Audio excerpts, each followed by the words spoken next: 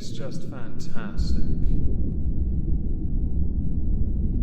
Captain's Log, Subdates 220506.3. As my hand recovers, I've mandated that the entire ship operate as if everything works left-handed. As 99% of my crew are right-handed, I fully expect ship efficiency to drop. So we'll just flog Crewman Bork. If that happens, yes, he's a crewman now, I don't know what happened. Hello everyone and welcome to This Week at Twitter. Said differently for a change. Or twat. That wasn't. Today we're going to start with Pokimane and work our way to other things, obviously. Recently, YouTuber Linus Tech Tips responded to Pokimane's beliefs that she put out via a tweet concerning ads on live streams. I stream on Twitch, I raid others who stream on Twitch, and the one irritating thing about Twitch that I find to be quite, well, I've already said irritating, haven't I, is that ads will just appear, be there, I can't skip them, they're not in the corner, they're not something that's minimizable. That's not a word, is it? I fully understand though at the same time, there is a split that needs protecting, i.e. what you receive, the creator, the streamer, and what Twitch, the platform, receive. So Pokimane's tweet, in my opinion, Twitch should just implement ads that don't directly interfere with the stream, brackets, sidebar, picture-in-picture, underlay, etc., close brackets. I understand advertisers are essential to make a platform profitable, but intervening with the viewer's experience isn't how they should go about it. And as someone that's trying to grow their Twitch platform, I couldn't agree more. Twitch are very set in their ways on how they approach this, and it's a valid point. I bet you all thought I was just going to dunk on Pokimane. At the present moment, I don't need to. When Linus responded, Pokimane did not appreciate this, and that is where we're going next. Because Pokimane wasn't named by name when Linus discussed this. So Pokimane's response via Twitter, hey, just saw a clip where you discussed my tweet on your podcast. Wanted to let you know that I felt the way you read my tweet in a mocking tone, plus referred to me as a nameless creator, albeit also replying to this tweet, was odd and hurtful. As far as your point reads, I understand that less aggressive forms of advertising aren't as profitable, but that doesn't mean the current system is the best one in my opinion, further interrupting the essence of what makes streaming special, aka live interactions, is more detrimental to Twitch than 50-50 split instead of 70-30 split. I also think it would have been more productive to suggest alternatives, instead of just putting down my opinion, for example a rewind button. Secondly, I saw you guys compare Twitch and YouTube subscription splits, a lot while lacking quite a bit of context. For example, ad rates and CPM on Twitch are far better than YouTube gaming, even if YouTube gives streamers a better split on subscriptions, which they can afford to because they're primarily a VOD platform. So in reality the potential profit split is similar, if not still better on Twitch because it's easier for smaller streamers to make a living on Twitch than YouTube, which caters far more to established streamers. She continues,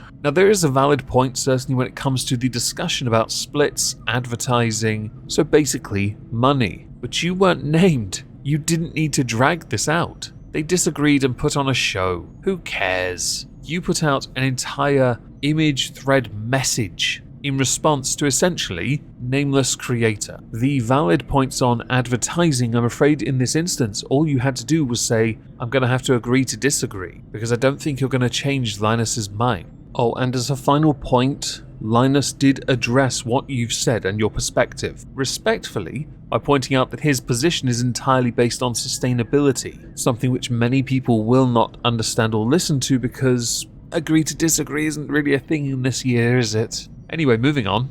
We're now going to talk about Alter Beauty, and yes, I saw this one via Rich Lux, who I spoke about yesterday within the exhibition of Stupid People, someone who apparently is a gateway to the alt-right. Congratulations! Rich Lux tweeted about Kate Spade. Kate Spade sadly has passed away after taking her own life, and I'm not going to speak about that for too long because YouTube are really sensitive about it. Rest in peace, Kate. Rich Lux within his tweet has called out Alter Beauty because of a phrasing they used for an email that they had sent out to potential customers and subscribers to their blah blah blah newsletter alert stuff. Come hang with Kate Spade. Understandably, this has gone down like a lump of lead. Many believed it could well have been fake, not least because the images were cropped a certain way that made it look a little bit sus. But it turns out it's not. There is nothing remotely fake about it. Other people had tweeted out the image, "The New York City It Girl is back, come hang with Kate Spade." Tracy Vinton tweeting,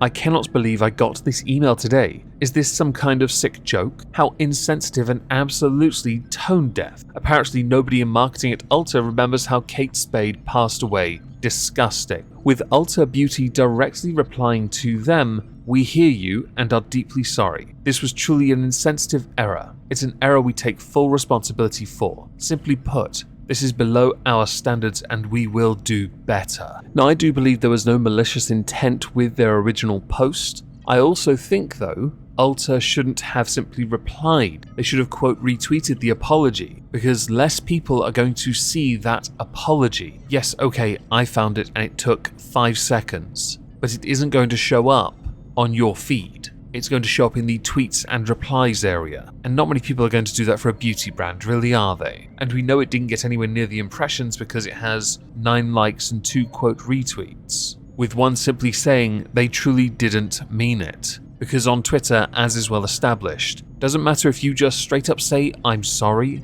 and I will do better," which is what you've said, you cannot simply say sorry and it be accepted on Twitter.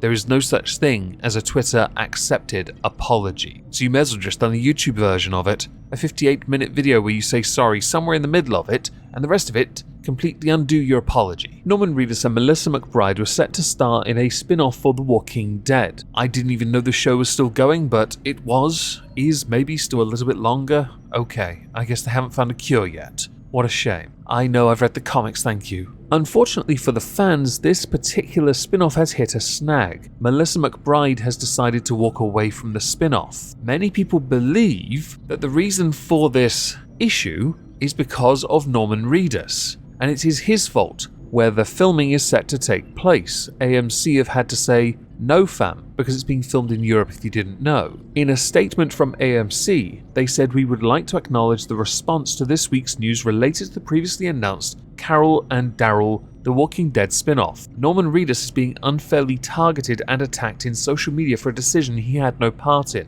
Melissa McBride decided she could not participate because relocating to Europe became logistically untenable for her." One of the best responses, though, came from Jeffrey Dean Morgan, aka the guy with the bat. Yeah, some of you have gone way too far. Toxic? Attacking Norm for crap he has nothing to do with? Melissa made a call that was hers alone. She needs a break. Respect that. Factors involved that are nobody's business. Norm, who's given more than anyone to you all, just shitty. Bear in mind here, this guy's been in since the start. The man got his own character after turning up to an audition with a crossbow. Reply from Kelly Oldham. "Can't say I'm surprised how quick people turn on someone they've claimed to be fans of for years. People suck. Even if Norman decided to relocate to be with his fam, that's totally understandable. They supported him in Georgia. I doubt any decisions were made lightly. A minor misunderstanding here. Jeffrey D. Morgan has corrected. Norman had nothing to do with picking location. That decision is all about story, ideas, money. That studio network, not actors. We can say yes and do, or no and not do, maybe, sometimes, if we're lucky and don't have contract yet. Rarely does actor have that power, and that's what led to AMC putting out their statement on Twitter confirming this. But even with an explanation, people are not going to respect it. Here we have happy coincidence that the 2 spin-off locations benefit the male leads. The network that didn't pay LC what she was worth, causing her to walk. The network that pays its male lead more, even though the female lead brings more critical acclaim. I'm to believe it was just a happy coincidence. Another, James Dean Morgan also gets to film where he wants. What do him and Norman have in common? Well, apparently it's a requirement to get what you want at Walking Dead AMC. Female stars such as Melissa, Lauren and Laurie get shafted. Who knew AMC and the Walking Dead bigwigs were so sexist? You are asserting that that is what it is. You are 100% asserting it, and you are using it as a scapegoat